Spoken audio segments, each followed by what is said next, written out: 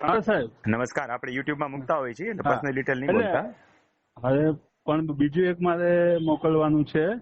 સારું, બીજો શું છે પણ કયો ને, શું છે એમ કયો એટલે ને, શું પૂછવું છે?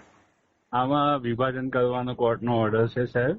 હા, એટલે એક ગામનું તો વિભાજનનું કરી આપ્યું એ લોકોએ, બરોબર છે. ધક્કા ખવડાવીને. એનું જે માપણી ને છે જે અત્યારે એટલે હાલમાં એક કેસ તો મેં જોઈ લીધો, વિભાજનનો હુકમ થઈ ગયો ને એમાં. હા, અને દલાલીનું એમાં કરોલી ખાલી ખોટું હતું, એ સુધારો કરી દીધો. હા હા હમ.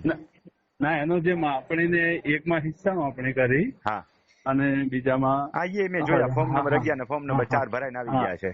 હા, એટલે હવે બીજી એક મારે પીડીએફ બનાવી છે ને સાહેબ, રાત્રે મોડે સુધી હું એ કરતો, એટલે બીજી પીડીએફ બનાવીને એમાં અત્યારે મને ડીએલઆર ગાંધીનગર તરફથી મને એમ જણાવવામાં આવ્યું કે બંનેમાં પૈકી માપણી થશે.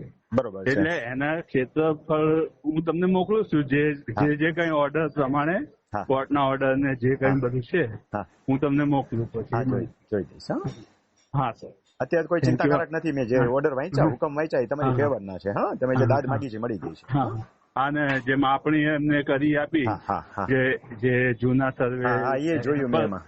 ઓકે, થેન્ક યુ સર, ખૂબ ખૂબ આભાર તમારો. ભલે આવજો. બહુ અંતરથી આભાર.